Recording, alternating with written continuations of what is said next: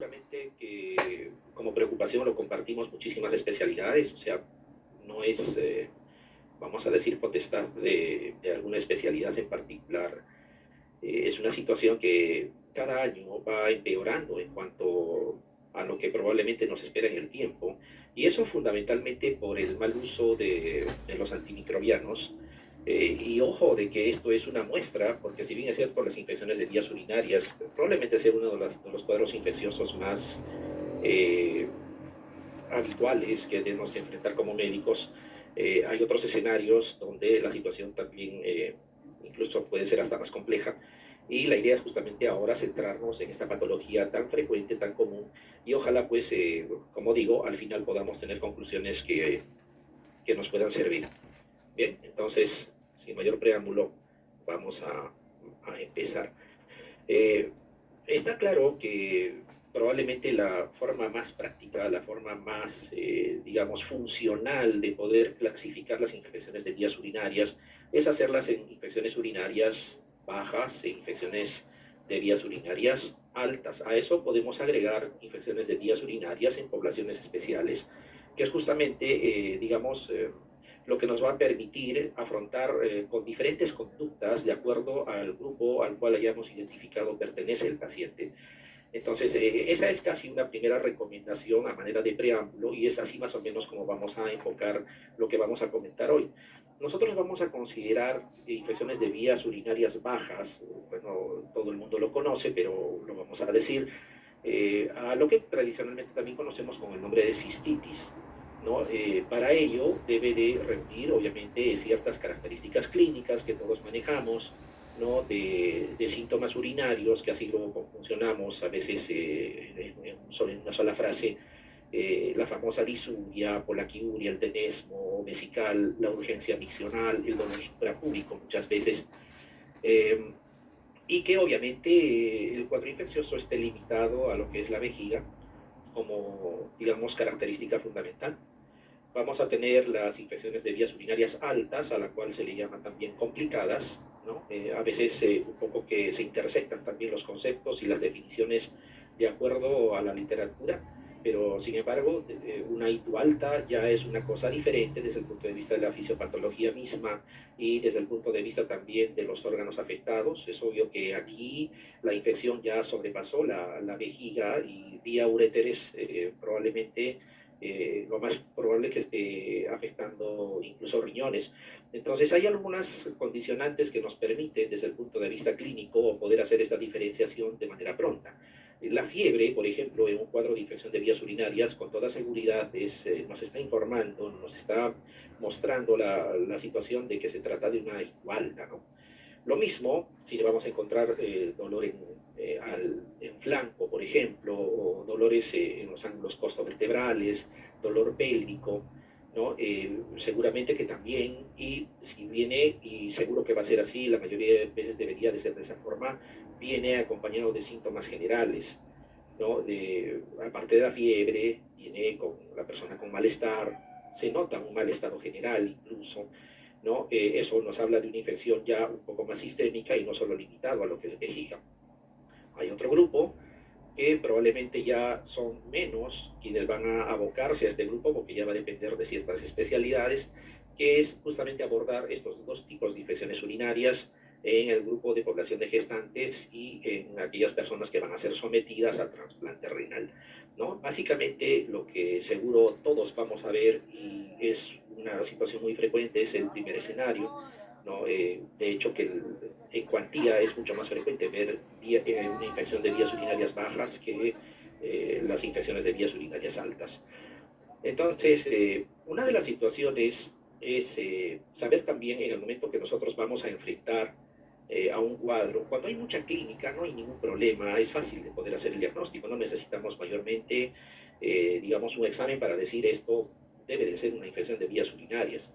Pero acá se trata de hablar de terapia dirigida, entonces como hablamos de terapia dirigida es necesario tener el aislamiento del agente microbiano mediante un urocultivo con su respectivo antibiograma. Y en ese sentido, una de las cosas que preocupa, a mí particularmente me preocupa, es que hay un buen número, no voy a decir ni la mayoría ni nada por el estilo, pero sí un buen número de casos en los cuales la muestra no es bien tomada o a veces interpretamos resultados que no necesariamente son los ciertos. Entonces, existen publicaciones como esta, por ejemplo, donde claramente nos hacen una diferencia entre cómo debemos más o menos enfrentar resultados donde hayan aislado gram negativos versus resultados donde estén los gram positivos. No, esto no es universal, lógicamente, pero simplemente es algo que va a reforzar el concepto que está prácticamente escrito en toda la literatura. Aquí, por ejemplo, en esta publicación, luego de haber seleccionado a las personas de sexo femenino, en este caso, que van a participar, todas eran con IQ baja, con clínica, obviamente, de IQ baja. De ese grupo de 226 mujeres, 8 tuvieron 2 episodios de ITU y una de ellas 3 episodios de ITU, lo que hace que en total tengamos que sumar 10 casos más, porque es la suma, pues, de, digamos, eh, no una sola vez, sino más de una vez en ese grupo reducido. En la selección, básicamente lo que intentaron es comparar a través de la toma de muestra de chorro medio, que es lo que universalmente se hace, verificar qué tan real es esto si es que nosotros sometemos a cateterismo vesical con la idea de ver qué tanto puede rendir realmente un chorro medio, porque al final eso es lo que nosotros utilizamos como forma de muestreo. Entonces, fue muy interesante porque, bueno, al final se quedaron con 202 participantes.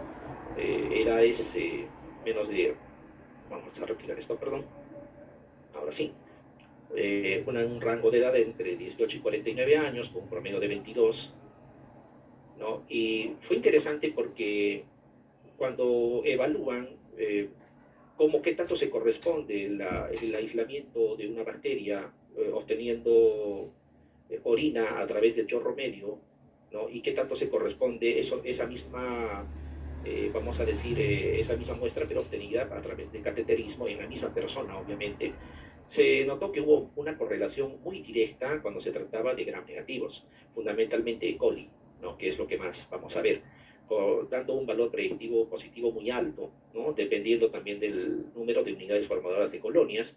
Acá consideraron, para el caso del cateterismo propiamente, suficiente con la presencia de más de 10 colonias. Esto no se da cuando nosotros observamos gram positivos. En el caso de los gram positivos, eh, a través del chorro medio se aisló, por ejemplo, en el 12% de los casos enterococo y en un 10% estreptococo del grupo B, pero ninguno de ellos se logró aislar cuando se hizo el cateterismo. Entonces, no correspondencia. Probablemente lo que se aísle en el chorro medio cuando sean gram positivos no sea procedente netamente de lo que es vejiga. A eso es más o menos lo que se quiere llegar. Eso sí se correlaciona de forma muy directa cuando se trata de gram negativos. Entonces, de ahí sale el concepto que es universalmente aceptado, preguntado en los exámenes, lo que tenemos en mente, ¿no? Que cuando hablamos de infección de vías urinarias pensamos en gram negativos, ¿no? Ese es el fundamento, o sea, eh, y obviamente se dice con lista a la cabeza, dependiendo de la serie que lean, entre 75 a 95% de las veces habrán otras enterobacterias también, sobre todo Klebsiella y Proteus, y más alejado, entre los gram positivos, el Staphylococcus saprophyticus, el que sí se podría considerar que podría participar como agente etiológico. No así Enterococo, por ejemplo, no así Streptococcus galactiae, no, salvo poblaciones especiales como en el caso de las gestantes, el Streptococcus galactiae sí podría estar. ¿No? Entonces, esto es un detalle importante, nos quedamos con que son gram negativos, porque si nosotros vamos a querer pretender saber qué mecanismos de resistencia estamos enfrentando, seguramente tenemos que primero saber frente a qué tipo de bacterias estamos haciendo frente. Va a existir factores de riesgo o características asociadas a presencia de bacterias multidrogoresistentes, obviamente. Dentro de ellas es, por ejemplo, el antecedente de haber tenido ya la paciente un cuadro previo de ITU por una bacteria de tipo MDR. Entonces, el solo ese antecedente, ¿no? Ya es un factor de riesgo para volver a hacer un cuadro similar, siempre tomando un punto de corte de más o menos 3 meses. Si el tiempo es mayor, pónganse 5 o 6 meses, habría que no considerar esas posibilidades. Otro detalle, y esto sí es mucho más manejado, por ejemplo, cuando la persona ha estado hospitalizada, ¿no? O de repente es una persona que trabaja permanentemente en una unidad donde se hospitalizan pacientes, o sea, en un ámbito nosocomial, que para nosotros, en términos sencillos, sería el ámbito intrahospitalario. El uso previo de antibióticos es otro de los factores de riesgo importante, ¿no? Para tener, digamos, la posibilidad de hacer infecciones urinarias por bacterias MDR. Fundamentalmente el uso de las fluorquinolonas, por ejemplo, durante los últimos 3 meses ya es un factor de riesgo para desarrollar una ITU por una bacteria que sea multiresistente. El uso del cotrimoxazolo, lo mismo, ¿no? Y cuando usamos betalactámicos, fundamentalmente cefalosporinas de tercera generación. Ahora, si nosotros nos vamos al ámbito real, seguramente el uso de fluorquinolonas, el uso de cefalosporinas de tercera generación es algo muy rutinario. Entonces, de ahí que de entrada se genera un riesgo para hacer ITU por bacterias MDR. Imagínense nomás el escenario actual en el que estamos, donde, bueno, eso no se puede ocultar, no se puede tapar el sol con un dedo. Existe la tendencia de a todo lo que parezca COVID, eh, coberturarlo con antibióticos. Y no solamente, como dice aquí, fluorquinolonas o cefalosporinas de tercera generación, se está usando carbapénicos, se está usando colistina. Entonces, eso, nos guste o no, va a repercutir, se nos viene una epidemia de bacterias MDR que va a ser bastante complicado manejar, ¿no? De ahí que un poco la motivación también para hablar de este tema. Y bueno, este otro factor de riesgo como que digamos queda intrínsecamente asumido, digamos, por nuestro entorno, porque de hecho que somos una zona donde no hacemos un buen uso de los antibióticos.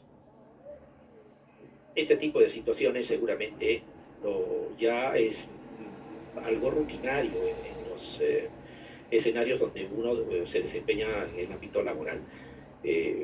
Antes era una cosa bastante rara, obviamente si nos remontamos hace 10 años, un poco más, era una noticia que tengamos bacterias que prácticamente muestran resistencia prácticamente a todos los antibióticos a los cuales se ha testeado. Eh, Incluso la resistencia a cefalosporina de tercera generación, yo recuerdo cuando hacíamos recientado, era una situación que preocupaba. Ahora como que nos hubiéramos acostumbrado y es algo natural, bueno, ahí está la bacteria y decimos hay que darle carbapenem. Entonces eso está generando presión selectiva para que haya resistencia también a carbapenems.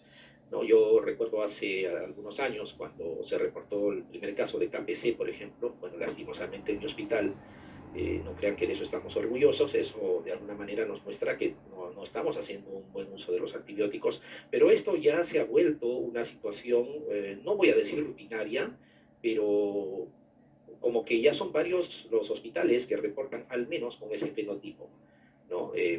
Y esto preocupa. Esto básicamente es por la presión selectiva al hacer uso de los carbapénicos, que cada vez es mayor. Si en algún momento las penicilinas asociadas a ácido clavulánico era el boom y todo el mundo lo usaba porque pensaba que estaba haciendo bien, y luego las cefalosporinas de tercera por unos 10 años se ha usado, pero de forma insistente, generando estos problemas. Ahora estamos empezando a usar carbapenems hace ya algunos años, también como si estaríamos dando agua, y eso es una cosa seria, ¿no? Nos está como que acorralando en cuanto a lo que nos queda como arsenal terapéutico para poder enfrentar este tipo de infecciones.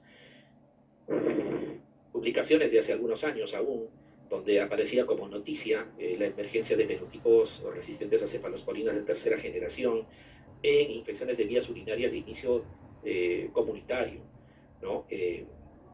Como que valía la pena publicar. Ahora creo que ya la cosa es bastante común. Ya se anunciaba, se decía, ¿no? Ahí están justamente hablando de betalactamasas de espectro extendido, ahí están Escherichia coli, Klebsiella proteus, los que van a causar esas enterobacterias que causan infecciones urinarias en su mayor cuantía. ¿No? Se habla de betalactamasas de espectro extendido, de betalactamasas AMC, incluso de KPC, ojo, en la comunidad, y esto no es nada alentador.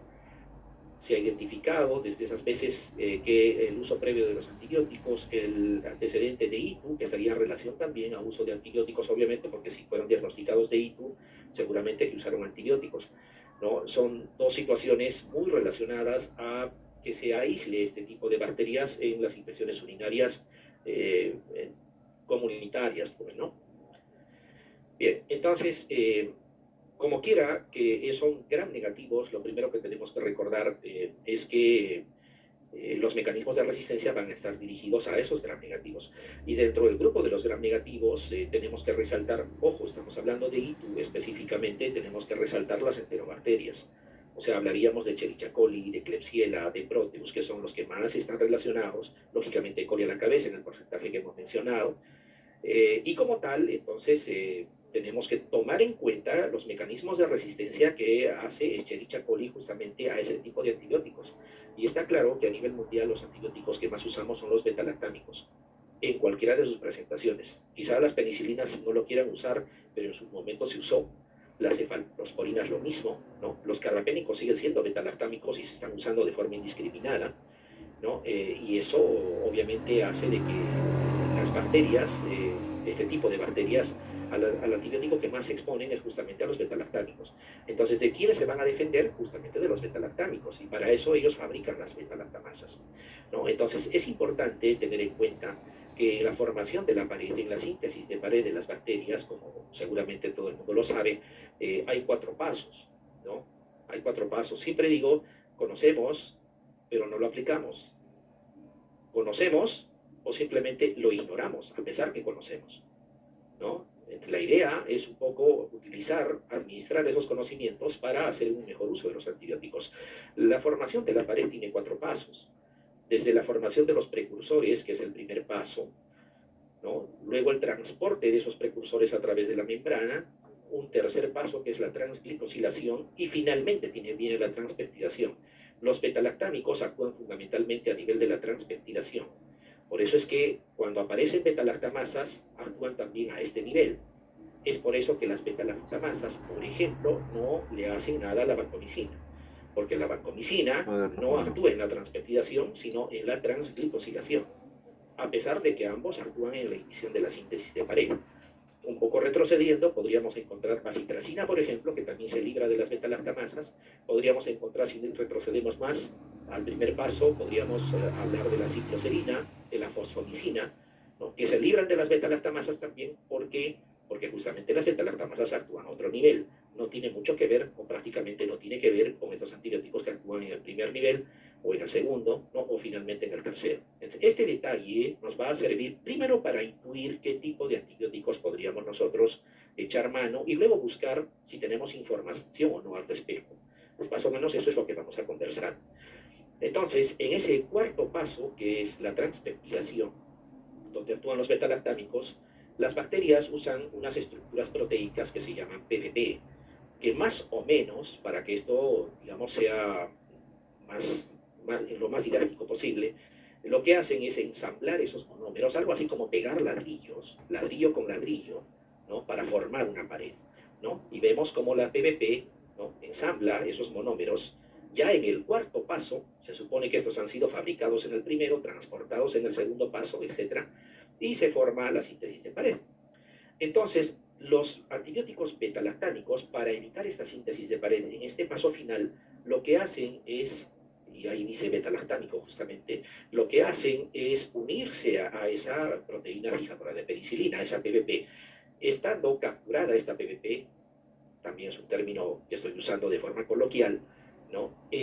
Prácticamente no va a haber quien pueda hacer ese ensamblaje y finalmente la bacteria va a morir por inhibición de la síntesis de pared. Entonces, esto la bacteria se ha dado cuenta, porque no es una vez, estamos hablando de décadas que estamos exponiendo betalactámicos a los gram negativos. Entonces, la bacteria se da cuenta, digamos que sea un E. coli, digamos que esto sea una cefalosporina de tercera generación, porque es un betalactámico, ¿no? Entonces, sabiendo que su objetivo es unirse, la bacteria lo que hace es fabricar, ¿no? Soldados que se encarguen de capturar, ¿no? Al betalactámico antes de su unión a la PVP. Por lo tanto, este fenómeno no se va a dar y al no darse, simplemente la bacteria queda como al inicio, queda así, queda libre y va a proceder con su función de ensamblaje y síntesis de pared en ese cuarto paso. Entonces, esos soldados que capturan, ¿no? Que a veces yo de forma figurada les digo los Pac-Man, para que se entiendan, que se dedican a comer, a capturar, se llaman betalactamasas. Así funcionan las betalactamasas, ¿no? Entonces las beta-lactamasas inicialmente eran enzimas que solo hidrolizaban penicilinas, ¿no? Tanto así que cuando apareció el ácido clavulánico, era como la panacea, ¿no? Uy, el ácido clavulánico se deshace de las beta-lactamasas, pero ese tiempo las beta-lactamasas eran penicilinasas nada más. Es decir, beta-lactamasas que hidrolizaban única y exclusivamente penicilinas. Pero después empezamos a usar cefalosporinas de varias generaciones y hemos llegado a los carbapénicos y ese ácido clavulánico ha quedado corto. Su capacidad no le da para poder, digamos, defendernos de ese tipo de beta-lactamasas. Entonces, esto es más o menos lo que en el tiempo se ha ido dando. De penicilinasas que hidrolizaban única y exclusivamente penicilina, hemos ido pasando a las betalactamasas de espectro ampliado, que hidrolizan hasta cefalosporinas de segunda generación. Luego, las famosas BLE o betalactamasas de espectro extendido, que hidrolizan hasta cefalosporinas de cuarta generación, llegándose también al Astreonam, ¿no? In vitro tienen sensibilidad al clavulanato, ya lo vamos a ver, y eso justamente sirve a manera de test para, digamos, hacer una prueba confirmatoria de que estamos frente a esta betalactamasa y eso genera incluso una confusión en la lectura del antibiograma, ¿no? Hay otras que, bueno, no es que nos lo hayamos puenteado, pero estas son de tipo cromosómicas, algo así como que ya tienen eh, per se un grupo de bacterias, ¿no? Que sin necesidad de exponerse a los antibióticos, y aparecen finalmente las carbapenemasas porque estamos usando carbapenex. Entonces, ¿por qué aparecieron las penicilinasas? Porque utilizamos penicilinas. ¿Y cuándo aparecieron las de espectro ampliado? Cuando empezamos a usar cefalosporinas. ¿Por qué aparecen las BLE? Y porque justamente estamos usando hasta cefalosporinas de tercera y de cuarta. Y las carbapenemasas van a aparecer, o va a haber una presión selectiva para que estas puedan expresarse cuando nosotros usemos de manera indiscriminada los carbapénicos, cosa que ya estamos haciendo y no es reciente. Hace bastante tiempo que lo estamos haciendo con la idea que estamos haciendo bien, pensando que estamos haciendo bien. Decimos, yo me aseguro y le doy carbapénico.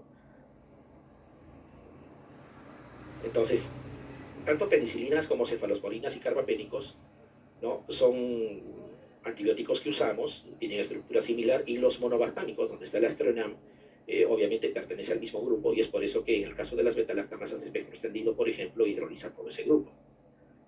Entonces, ¿qué errores comúnmente cometemos en la lectura del antibiograma? Primero es desconocer el principal mecanismo de resistencia a los antibióticos, dependiendo de la bacteria que estamos aislando. Puede ser que a pesar de que uno conozca, simplemente no lo tome en cuenta, ¿no? Y hace caso omiso a la lectura del antibiograma y usa el antibiótico que se le ocurre, ¿no? O hay otra que uno puede conocer el mecanismo de resistencia, incluso tomarlo en cuenta, pero lecturamos mal el antibiograma, ¿no? Que esto estaría de la mano con la cuarta característica, que es una mala interpretación. Eso nos va a llevar a errores, ¿no? Habíamos hablado, por ejemplo, que el ácido clavulánico, cuando se informa en el antibiograma, podría llevarnos a error. Claro que sí, este es el ejemplo, ¿no? Cuando sospechamos de una betalactamasa de espectro extendido, cuando hidroliza hasta cefalosporinas de tercera y de cuarta generación. Basta que veamos, por ejemplo, ceftriaxona resistente en un gram negativo, debemos de sospechar de que se trata de una betalactamasa de espectro extendido. No debemos todavía esperar y buscar una de cuarta, porque las otras generaciones no llegan a tercera generación. Entonces, veo ceftriaxona resistente, entonces debe de ser una BLE. Y en el laboratorio, a esa cefalosporina de tercera generación, agregándole ácido clavulánico, ¿no? Esta sería la misma, por decir ceftriaxona, no formó halo resistente, pero a esa misma ceftriaxona, agregándole ácido clavulánico, el halo aumenta. Como que se expresará como sensible, pero ojo, esto es in vitro, esto no se va a dar in vivo. No, esto sirve para confirmar, esto es una betalactamasa de espectro extendido. Aquí lo mismo a una cetracidima con un halo menor, que se considera también como resistente, le agregan el ácido clavulánico y el halo aumenta. Entonces, el reporte de este test del clavulanato, o no interpretar como tal y reportarlo simplemente al pie de la letra, en el momento de informar, y peor aún leerlo en el antibiograma de una manera literal, nos va a llevar a error. Justamente este ejemplo tenemos aquí. Un urocultivo donde el germen aislado es Escherichia coli, ¿no? Y aquí lo mismo, es otro urocultivo donde el germen aislado es Escherichia coli, en ambos casos bacteriemia significativa, con más de 10 a las 5 unidades formadoras de colonias por mililitro. Si yo miro en el primer caso el antibiograma, dice penicilina resistente, dice penicilina más ácido clavulánico sensible, y si voy observando lo que viene, cefalosporinas, hasta la cuarta generación sensible, carbapenem sensible. Yo asumo de que solamente es resistente a la penicilina, y si recuerdo la generación de las beta-lactamasas, esto sería una penicilinasa, ¿no? Y el ácido clavulánico obviamente sí funcionaría. Y darle amoxiclavulánico acá sí sería factible, en vivo. Pero ¿qué pasa aquí? Tenemos penicilina resistente, amoxiclavulánico sensible, y no nos percatamos que las cefalosporinas son resistentes, incluso las de tercera y de cuarta. Acá sería una beta-lactamasa de espectro extendido. ¿Pero por qué dice sensible al clavulanato? Por esta situación. Hemos dicho que in vitro se puede dar. Entonces, a veces lo lecturan, lastimosamente muchas veces lo lecturan de forma literal, tal cual lo ven, y dice, entonces yo le di amoxiclavulánico porque decía sensible, ¿no? Entonces, eso es lo que se tiene que evitar, ¿no? Son cosas, son detalles que a veces no tomamos en cuenta. Entonces, habíamos comentado, ¿no?, de los antibióticos que actuaban a este nivel, ¿no? La cicloserina, por ejemplo, no tiene mayor actividad en el grupo de bacterias que estamos intentando comentar, pero digamos la fosfomicina, que actúa sobre la piruvatotransferasa, que es una enzima que tiene que ver con la formación de los precursores en el primer paso de la formación de la pared, sí actúa sobre gram negativos, y justamente sobre esos gram negativos que causan ITU. Entonces, solo recordando la forma como la pared se construye en una bacteria gram negativa y qué antibióticos actúan a diverso nivel, yo puedo incluir lo siguiente. Digo, en el cuarto nivel o en el cuarto paso de la formación de la pared, donde actúan las cefalosporinas, incluso los carbapénicos, incluso podría ser la producción de beta-lactamasas, me va a generar un problema al bloquear a las BBP. Entonces usa vancomicina. Vancomicina no tiene utilidad sobre gram negativos. E. coli, Klebsiella, Proteus son gram negativos y vancomicina sirve para gram positivos. Entonces no es nuestra opción. Si no fuese así, probablemente sí sería la opción, ¿no?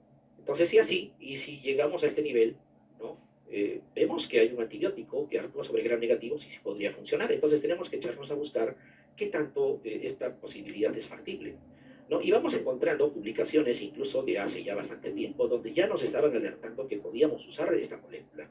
Probablemente no le hemos dado mucha importancia, o en todo caso hemos preferido usar otro tipo de antibióticos. En general está hablando de bacterias MDR, siempre relacionado con infecciones de vías urinarias. Entonces, por ejemplo, en este trabajo descriptivo, pequeño, que bueno, no, tampoco vamos a decir que da una verdad universal, pero bueno, ahí está, ¿no? Ya sirve como un indicio para seguir buscando más. Hablan, entre otras cosas, por ejemplo, de betalactamasas de espectro extendido, ¿no?, o sea, de las BLE, hablan de KPC, hablan de Pseudomonas aeruginosa, hablan de enterococo resistente a vancomicina, ¿no?, donde la molécula in vitro sería una alternativa interesante. Entonces, no es suficiente encontrar esta información, tenemos que ir más, ¿no?, a ver qué vamos encontrando.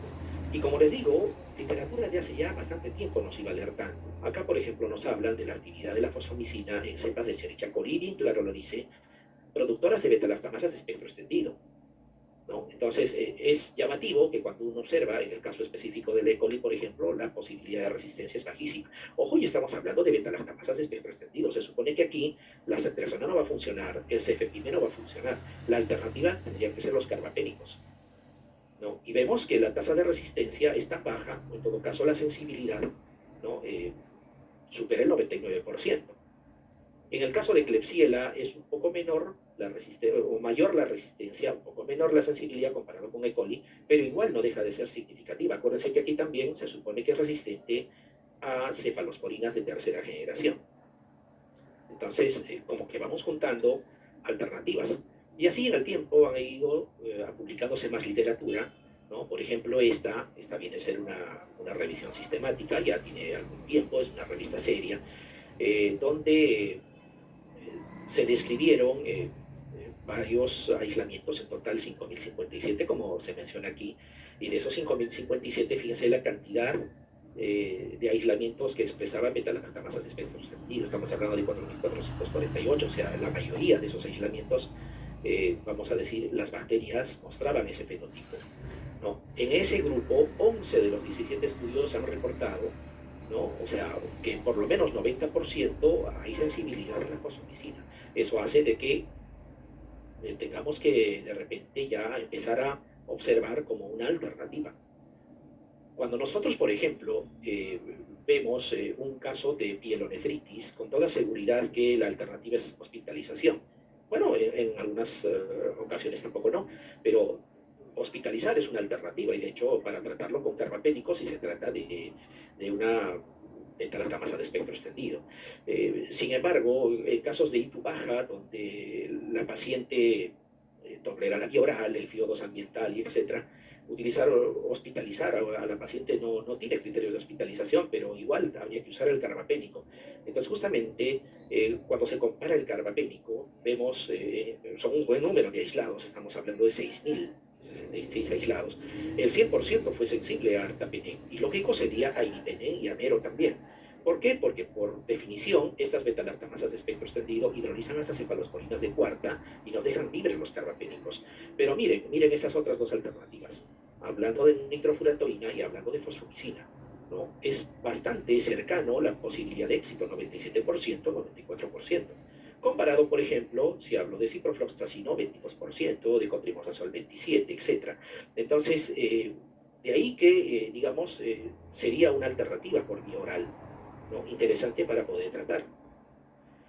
Uno diría, pero yo prefiero usar el carbapénico, pero ojo, el usar el carbapénico, acuérdense que va a generar presión selectiva para que aparezcan carbapenemasas también, para que, digamos, por otro mecanismo como el que está publicado aquí, pueda reducirse la posibilidad o la sensibilidad inicial, ¿no? Si nosotros vamos a usar carbapénicos, ¿no? En bacterias gram negativas que expresen beta-lactamasas de espectro extendido, ¿no? Vamos a hacer de que esa posibilidad de éxito disminuya, ¿no? En el futuro por el simple hecho de estar utilizando un antibiótico que supuestamente y lógicamente si miramos el antibiograma está indicado, pero pertenece al mismo grupo de los betalactámicos, simplemente va a cambiar de generación la betalactamasa. ¿Qué tan seguro puede ser en las embarazadas, por ejemplo? Simplemente echamos ojo y está en el grupo B de la FDA, tal igual como los betalactámicos, las cefalosporinas. Entonces, es un antibiótico que se puede usar en gestantes, por supuesto que sí. Y otra de las situaciones interesantes es que se puede, y de hecho que esa es la posología que se pregona, una sola dosis, ¿no? En monoterapia y en monodosis. Una sola vez, una sola dosis de 3 gramos, y con eso es suficiente para, vamos a decir, suficiente para erradicar a la bacteria. Comparado, por ejemplo, cuando nosotros usamos nitrofurantoína tenemos que dar 7 días, cuando usamos otros betalactámicos 5 días más o menos en algunos casos, de algunas cefalosporinas hasta 3, pero podríamos con una sola dosis por vía oral erradicar ese tipo de bacterias. Entonces, así como vemos lo bueno, veamos las limitaciones también. Tiene una limitación muy importante, que es no se puede usar en infecciones de vías urinarias altas, es básicamente en ITU baja, ¿no? Pero ITU baja es lo que más vemos, ¿no? Y al ser un derivado del ácido fosfórico no va a generar beta-lactamasas. Lo mismo diríamos de la nitrofurantoína, ¿no? No es un beta-lactámico, por lo tanto no va a generar beta-lactamasas. Pero si yo uso amoxicilina, genera beta-lactamasas, ampicilina, cefalosporinas de cualquier generación, genera beta-lactamasas, y también si uso carbapénicos, genera beta-lactamasas, lógicamente de mayor jerarquía. Entonces, hay que más o menos ver esas posibilidades. ¿Qué tan tolerado puede ser, por ejemplo, en la población de gestantes? Incluso más tolerado que el amoxiclavulánico. Si nosotros vemos ahí, ¿no? Una de las diferencias importantes, ¿no? Se reportó menos efectos adversos que en el caso de amoxiclavulánico, una molécula noble. Amoxiclavulánico es una molécula bastante noble, bastante tolerada, ¿no? Sin embargo, la fosfomicina también, ¿no? Básicamente se reporta disconfort abdominal en algunas circunstancias y en casos extremos a veces una diarrea autolimitada, pero de ahí no pasa, ¿no? De ahí no pasa. O sea, se puede usar en gestantes y es bastante tolerado. Ahora, como profilaxis, esa es una de las situaciones que también hemos ido viendo en el tiempo. Ya está escrito en bastante literatura, ya no ni siquiera como un descubrimiento, sino como una recomendación. Por ejemplo, en el caso de la profilaxis, en esas personas que cumplen con criterios para profilaxis por recurrente, por ejemplo, el usar una dosis, ¿no? Cada 10 días haría que usemos 3 dosis al mes, ¿no? Y esto se puede prolongar incluso hasta por 6 meses sin ningún problema, ¿no? Con un éxito importante. Lógicamente no es que a todo el mundo le vamos a dar, porque tampoco eso ya sería incurrir en mal uso del antibiótico, pero en los casos que uno necesite de todas maneras utilizar por tiempo prolongado la profilaxis, una alternativa, por ejemplo, a la nitrofurantoína, que es lo que más utilizamos, ¿no? Una alternativa interesante, más fácil de tomar, quizá más cumplimiento también, lógicamente vigilando. Una de las situaciones que hace que tenga esa eficacia es que, si ustedes se dan cuenta, cuando nosotros comparamos, ¿no?, la concentración que se alcanza en sangre y comparamos con la concentración que se alcanza en orina, miren, hay una diferencia por demás importante, ¿no? Hablamos de 200 veces más o menos la concentración respecto a la sangre, o sea, el pico máximo incluso que se alcanza en la sangre.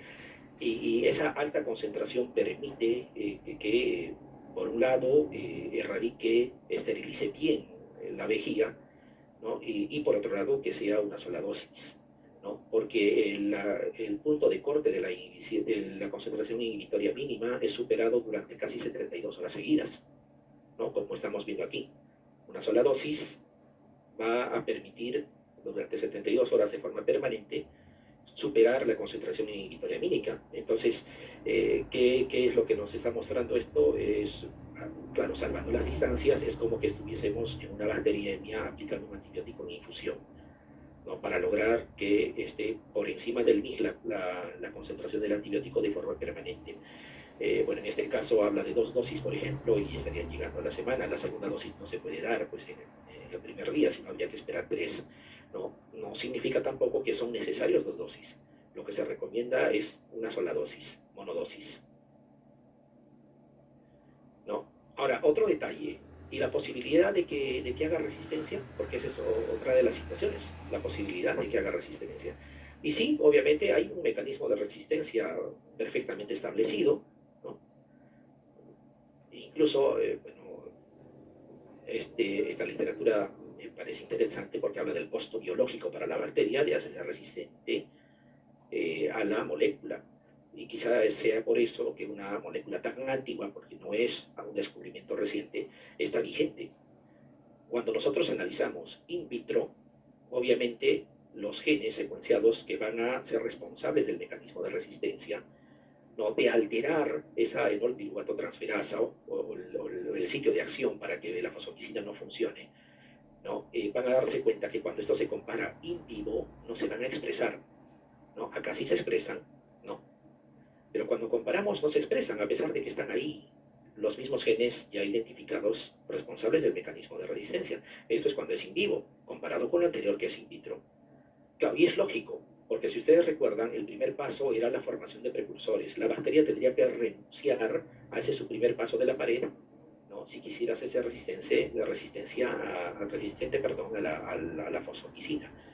Y eso generaría que al renunciar a ese primer paso de su construcción de pared, obviamente está, entre comillas, realizando un suicidio, por eso dice costo biológico.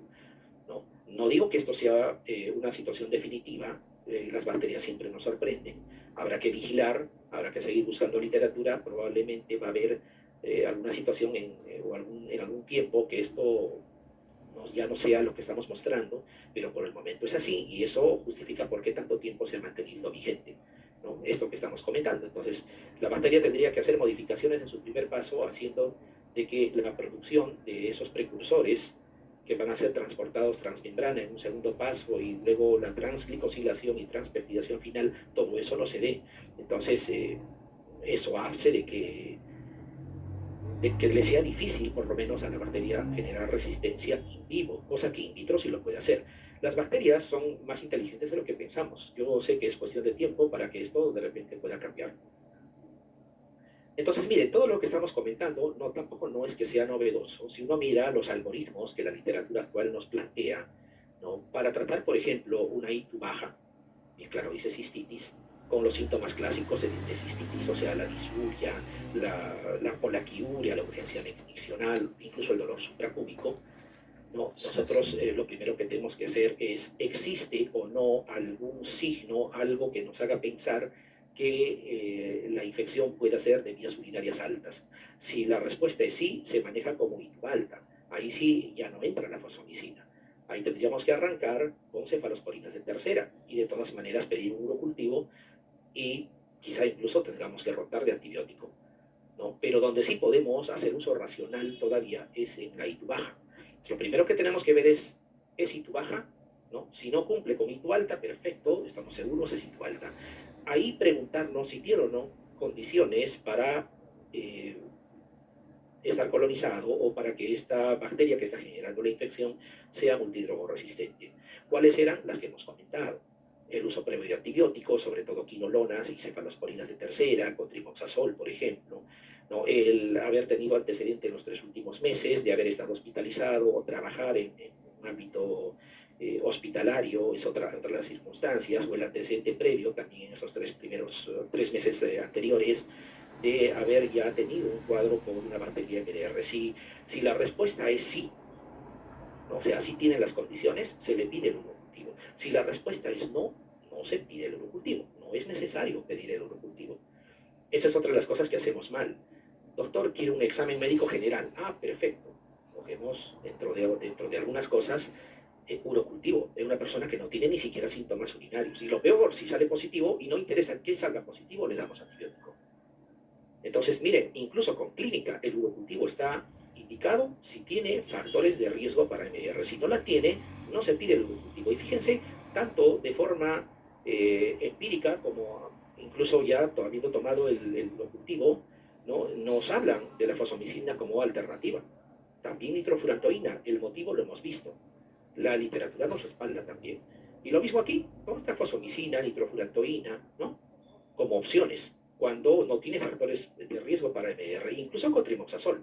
Pero hay literatura que nos habla que con trimoxazol hace resistencia con facilidad, entonces hay que manejarlo con cierto cuidado. Bueno, y hay algunas penicilinas que no la tenemos en nuestro medio y obviamente no es alternativa por este momento. Cuando revisamos, por ejemplo, ya manuales que tenemos a la mano, ¿no?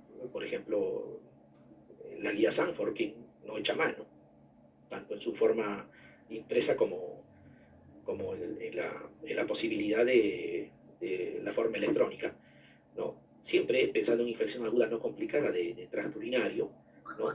Eh, dependiendo, ¿no? Mire, fosfomicina como alternativa, de hecho. Y si hablase de Klebsiella, productora de ble, o E. coli, productora de ble, o sea, aquí es empírico, sin factores de riesgo, obviamente. Aquí ya habla de terapia dirigida porque seguro se aisló y seguro se evaluó, ¿no? Así como ertapenem, fosfomicina va al lado, estamos hablando de ble, ¿no? Entonces es una situación que debemos de empezar a valorar, ¿no? Como posibilidad de terapia cuando tengamos ITU baja. ¿Por qué les comento esto? Porque, bueno, desde que yo era residente he visto, y ahora sí creo que peor, clínica de ITU, ponle ceftriaxona y pide el urocultivo, dos cosas que estamos haciendo mal. No hemos preguntado, no hemos investigado si tiene factores para MDR, estamos usando un antibiótico que actúa en vías urinarias altas, ¿no? Claro que va a erradicar probablemente la bacteria, pero de frente estamos generando una beta-lactamasa de espectro extendido. Ese es un acto irresponsable, que se ha hecho parte del folclore, digamos, con el que actuamos, pero no significa que esté justificado. O lo mismo es con ciprofloxacino. Ciprofloxacino, por si acaso, es un antibiótico, como todos sabemos, antiseudomónico. Entonces deberíamos de reservar para ciertas circunstancias el antibiótico, pero lo usamos como parte de la ITU. O sea, sospecha de ITU y le damos el ciprofloxacino. Y ya saben que eso va a generar beta-lactamasas porque hace presión selectiva también. Es parte de lo que digamos, genera bacterias MDR, ¿no? Y peor aún, y con esto ya, bueno, vamos a terminar, cuando viene la paciente y te dice que hace un año le duele la espalda, le duele los riñones, dice, y me quema la planta de los pies. Yo no sé por qué relacionan eso, seguro que tiene una hernia discal y por eso es que tiene dolor neuropático.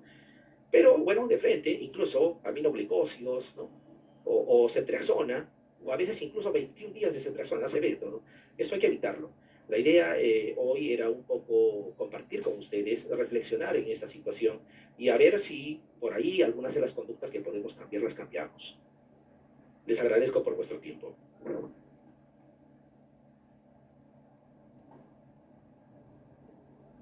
Muchas gracias, doctor Martínez. Solo para agregar algunas preguntas que me estaba haciendo. Eh, la primera es, mencionó una parte muy interesante de malas interpretaciones del antibiograma, específicamente en el caso de amoxiclavulánico, si existe la posibilidad de malas interpretaciones de las que sea para monrol, o sea, para fosfomicina. Mm, Miren, lo bueno es que independientemente del tipo de beta-lactamasa que sea, como quiera que la fosfomicina no es beta-lactámico, no va a haber problema. O sea, y por eso es que lo recomiendan de forma empírica incluso, porque el mecanismo de resistencia no está dirigido contra ese grupo de moléculas.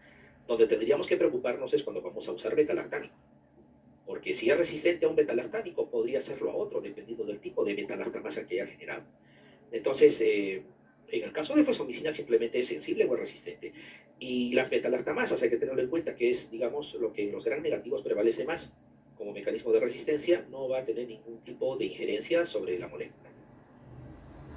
¿De acuerdo? Otra de las preguntas del chat es, ¿cómo se interpretaría un cultivo positivo a cándida? Bien, esa es otra de las cosas que a veces nos excedemos en el manejo. Y está bien, o sea, preguntar ese tipo de cosas está bien. Un urocultivo que dé positivo para cándida no es sinónimo de tratar. Lo que se trata es el hemocultivo positivo. Es fácil que la persona colonice con cándida. El hecho de tomar antibióticos, hagan la prueba, tomen amoxicilina 5 días, 7 días. Es muy probable que se puedan colonizar por cándida. Quizá no en cantidades extremas, pero en un urocultivo fácil podría salir. Si es un paciente que está hospitalizado y sondeado, por ejemplo, y ahí aíslan a la cándida, el tratamiento es cambiar de sonda. Acuérdense que la posibilidad de colonizar sonda es muy alta, muy, muy alta. Y a los 30 días de sondeado, el 100% está colonizado. O sea, no hay forma. Y a veces tratamos a la sonda, no tratamos a la persona. Entonces, en resumen, urocultivo positivo para cándida, no hay que considerarlo como infeccioso. Ahora, es diferente una persona, por ejemplo, que haya recibido múltiples antibióticos, que esté hospitalizado en cuidados intensivos, operado de cirugía abdominal, en mal estado general, con nutrición parenteral, tiene todas las condiciones para hacer candidemia, o sea, cándida en sangre. Me sale cándida en orina, yo de inmediato hago hemocultivo, porque podría ser que esté en sangre y no en orina. Pero si solo es en orina, no se trata. De acuerdo. Otra de las preguntas es, ¿cuánto tiempo podría usarse la nitrofurantoína como profilaxis en la itis crónica? Y acá entré con con una pregunta que va por el mismo lado. ¿Cuánto tiempo se podría usar Monrol como profilaxis en una itis crónica? ¿Hay alguna diferencia en cuanto a tiempos? Claro, o sea, la principal diferencia en eficacia van a ser similares, ¿no? La diferencia principal es en la adherencia a esa terapia. Tomar diariamente durante 6 semanas, que es el punto de corte, por ejemplo, que la mayoría de veces se ha estudiado y ha hecho seguimiento, no es lo mismo tomar todos los días, ¿no? A tomar uno cada 10 días, ¿no? Entonces, esa es una diferencia. En eficacia va a ser similar. ¿Cuánto tiempo se puede continuar? Bueno, son 6 semanas que se ha escrito. Eh, Puede prolongarse, hay que individualizar en cada caso, pero lo que sí es cierto, hay que buscar la causa de la ITU recurrente. Debe haber algún factor, distopia genital, por ejemplo. A veces, aunque no lo crean, en mujeres sexualmente activas es alergia al látex del preservativo, ¿no? O es malas técnicas de higiene, cosas que se van. Y si no corriges eso, la ITU va a estar ahí. Ahora, otra cosa es que sea urocultivo positivo de forma persistente. Eso ahí el médico está actuando mal, porque si no tiene clínica de ITU bajo esas condicionantes que hemos mencionado, simplemente no tiene por qué pedir urocultivo. A veces hacemos mal. Control con urocultivo, eso no está bien. No se controla así. No está indicado. Exacto, de acuerdo. Doctor Martínez, hay una de las consultas también. ¿Cuál sería su recomendación para una gestante con itus recurrentes en cuanto al manejo antibiótico? Uy. Bueno, primero, si es una gestante, sabemos que la gestante está prohibido la bacteriuria asintomática, por eso es que nos echamos a buscar, ¿no? En el primer control prenatal, o se habla incluso semana 16, ya debe de tener un urocultivo. Si es positivo, independientemente de que tenga o no tenga síntomas, se debe de tratar. Y cuando esto sucede, hay que hacer controles mensualmente, hasta el momento del parto, ¿no? El manejo es ese, vigilar, o sea, tratas y tienes que hacer controles. En ellos sí, el urocultivo es mensual, ¿no? Ahora, va a haber guías seguramente que condicionen o que oferten otro tipo de conducta, pero esa es la conducta, digamos, universalmente aceptada, la convencional. No se puede descuidar porque acuérdense que una bacteriuria asintomática que en la población general no repercute en la gestante condiciona pielonefritis, y la pielonefritis puede ser incluso un sinónimo de complicación y, por qué no, incluso de muerte materna, ¿no? Por eso es que se debe tratar. Y en cuanto a la elección del antibiótico de preferencia, considerando los trimestres y la categorización FDA. Claro, si hablamos específicamente de los trimestres, sabemos que en nitrofurantoína, en el tercer trimestre hay que tener un poco de cuidado por la deficiencia de glucosa 6-fosfato deshidrogenasa y la posibilidad de que cause hemólisis. En el caso específicamente de fosfomicina, tenemos la suerte de que no hay ese tipo de contraindicación. Entonces, hay que valorar cuatro cosas cuando se maneja un antibiótico. La eficacia, que en este caso sería similar; la seguridad, donde ya habría que tener cuidado con nitrofurantoína en el tercer trimestre, no así con fosfomicina, ¿no? La conveniencia, qué tanto nos conviene a nosotros y a ellos el hecho de que, o en este caso a ellas, a la gestante, el hecho de que tomen de forma diaria o tomen una vez eh, por tratamiento. Y finalmente también el costo, o sea, cuánto va a costar todo el tratamiento versus lo que vas a usar. Y ahí pueden aplicar algo de criterio, pero no es que, a ver, le voy a dar el más costoso porque, bueno, para que digan que soy buen médico, ¿no? Esa es una característica que debemos de cerrar. De acuerdo. Otra de las preguntas, doctor, ¿es recomendable dar una posibilidad a uno de los antibióticos que aparecen en el antibiograma como nivel intermedio? Si se le puede dar la chance a estos antibióticos. Claro, la resistencia te predice fracaso, ¿no? Entonces, un antibiótico que aparezca como intermedio, incluso el laboratorio debería informarlo como resistente, no se sugiere. Hay veces de que todo está prácticamente como resistente y por ahí hay un intermedio. Podría ser una de las circunstancias, pero lo más probable es que en una ITU baja no tengamos ese problema. Eso es casi problema de unidad de cuidados intensivos o de hospitalización en pacientes crónicos, ¿no? Lo más probable es que no. De acuerdo. Hay otra consulta general. ¿Qué opinas sobre la asociación de cefalosporinas con aminoglucósidos? Bueno, tiene sus escenarios, ¿no? Cuadros, por ejemplo, de neutropenia febril, es una alternativa.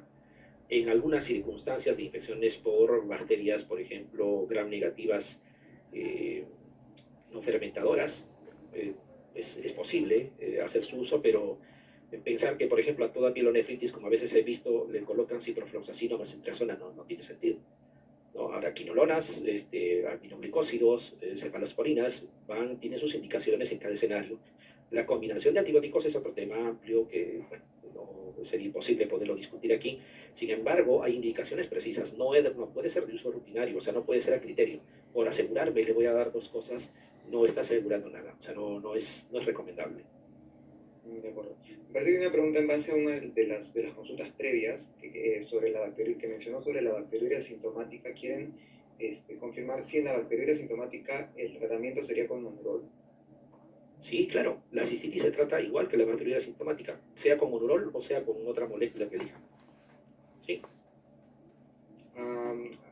¿Cómo se interpreta? Es un tema de interpretación. ¿Cómo interpretaríamos el test de cefoxitina en BLE?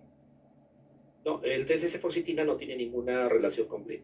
El test de cefoxitina nos ayuda a detectar el gen MEG-A, que es responsable del cambio de proteína fijadora de penicilina en el estafilococo para que éste se transforme de oxacilino sensible a MARSA. O sea, no es parte de los gram negativos. En los pacientes portadores de sonda Foley crónicamente, ¿tiene validez el urocultivo positivo? Hay una forma de realizar, y está bien esta pregunta, porque generalmente, ¿qué hacemos? Damos la orden y no somos nosotros los que tomamos la muestra. A veces ni sabemos cómo lo ha tomado. Entonces, a veces, no a veces, sino casi siempre toman de la bolsa colectora, por ejemplo. O a veces desprenden la bolsa y de la misma sonda.